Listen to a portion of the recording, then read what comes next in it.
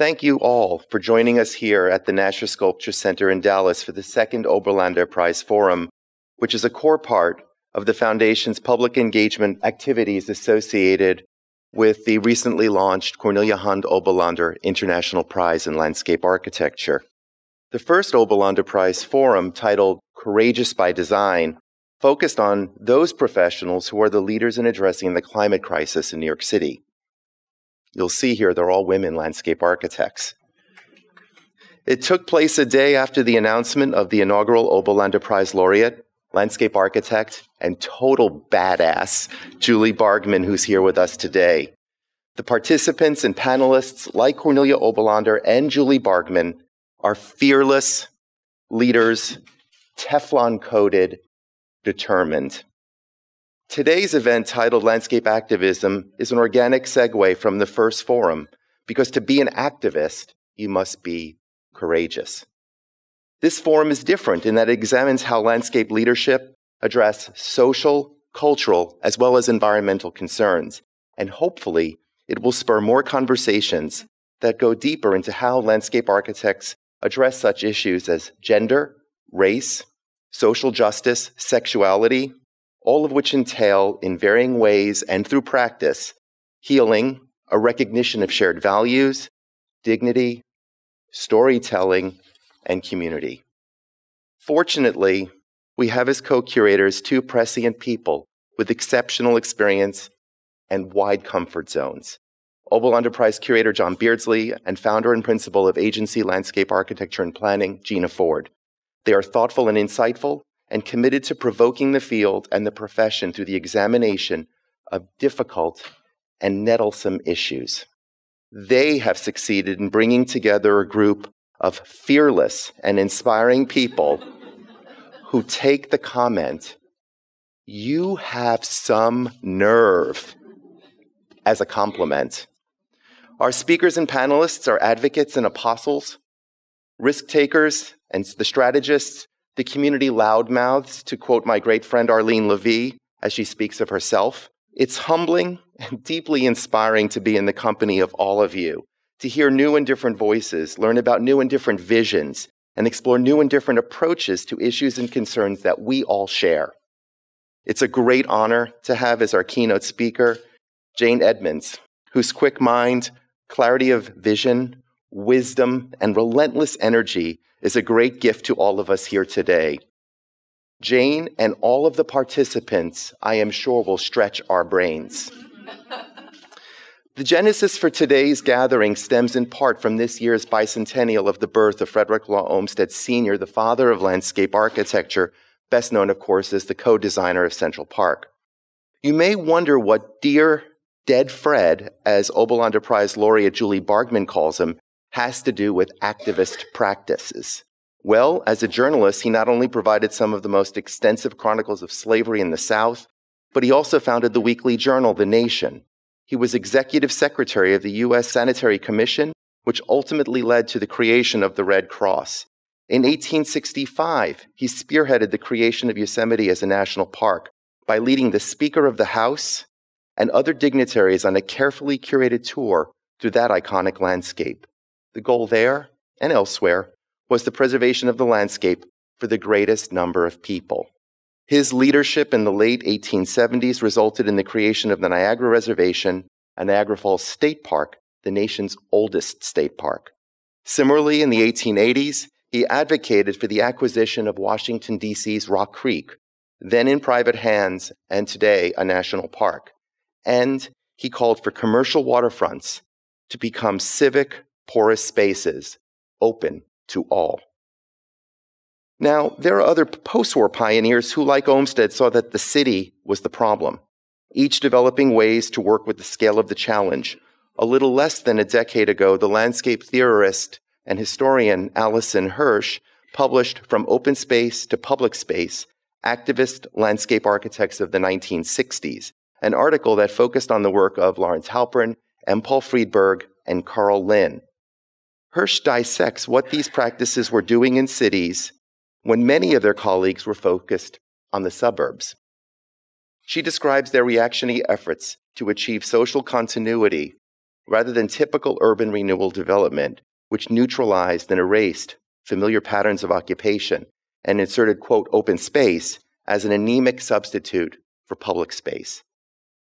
Their combination of human engagement, place understanding, and bold design proposals provides useful precedents for current landscape architects striving to marry socially oriented design with design as a spatial and material art. A foundational treatise of this moment is the 1974 publication Taking Part, a workshop approach to collective creativity.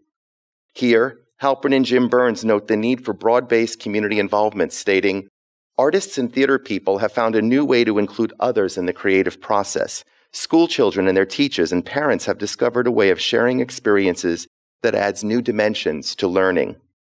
That same year, pioneering and iconoclastic choreographer and dancer, Anna Halpern observed, "The question that had the strongest impact for me concerned lack of minority representation in our workshops. How could we be a true community in any societal sense without the input of a broader and more real representation?"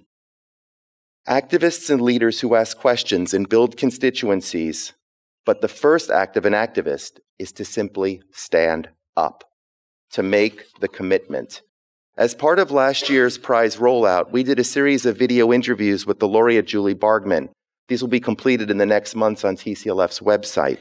Julie said, "The day that I dedicated myself to call myself dirt, aka dump it right there, that was the day that I just stuck my flag in the ground, albeit toxic ground. And I just said, this is my life's work." She went on, "And I think of Cornelia, and I think about her planting her flag in the ground, and how persistent she was in this kind of dogged way. I'm maybe not a savior, but I like to think maybe I'm an avenger, and I'm leading the charge. But to have more colleagues plant their flag in the ground and really go, and unrelentingly just believe in what you're doing, have at it." Well, we are all the beneficiaries of this legacy of activism and the examples of these activists, yet there's more work to be done. There are many issues and topics that have surfaced during the many conversations amongst today's participants and others leading up to today that I'd like to explore. What is an activist practice? What does cultural value look like?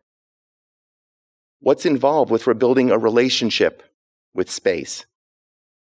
How does landscape architecture involve the presence of truth, storytelling, and feeling both welcome and safe? How do we address trauma-informed interpretation, a concept that I had to personally confront as a 21-year-old undergraduate student taking the train from Munich to Dachau? And to this day, I remember that blazing July sun in my eyes when I stepped through the doors and the crunch of gravel under feet. The power of place, the authenticity of that experience haunts me now, 40 years later. As I said earlier, I hope today's gathering fosters events that go deeper, and I hope today's gathering creates new partnerships among the people in this room. Most of all, I hope the activist in all of us steps up. We are very fortunate to have great supporters and sponsors who are enabling us the time and space to raise these questions and have these discussions. I want to thank our presenting sponsors, ABC Stone, the Joan Shaffron and Rob Hames Foundation, Lapitech, the Office of James Burnett, Olin, Reed Hildebrand, Trahan Architects, Navarro Williams, Thomas Woltz, Victor Stanley, and West 8. Our educational partner is the American Society of Landscape Architects, and here in Texas, we're pleased to have the support of ADX and Texas ASLA.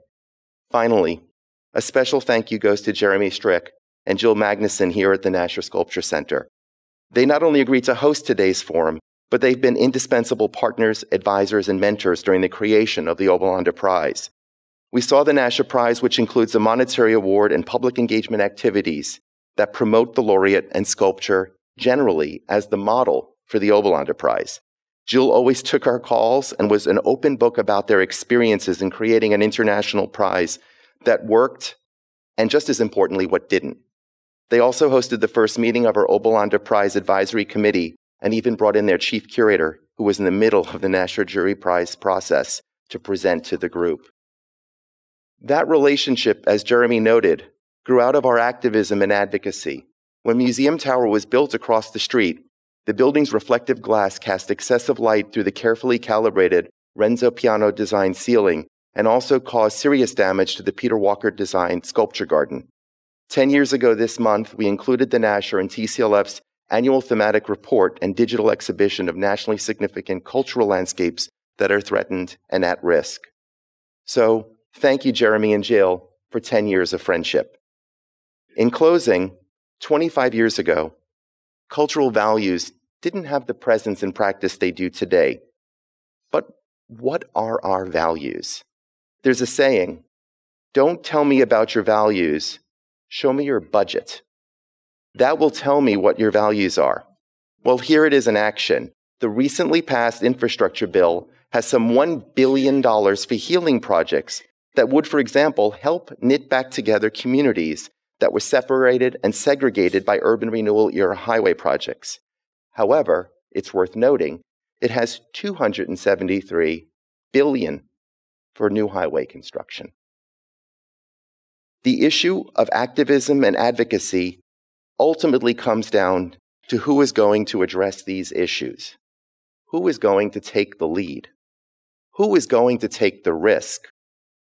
Who is going to take the time?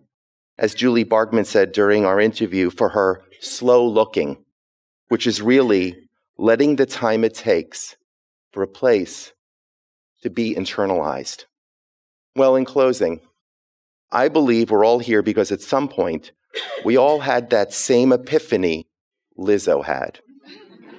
For those of you who saw her at the recent Grammy Awards, she described staring at herself in the mirror years ago and wondering who was going to be the leader and the role model she was looking for. She came to the realization and said, "Bitch, it's going to have to be you." Thank you.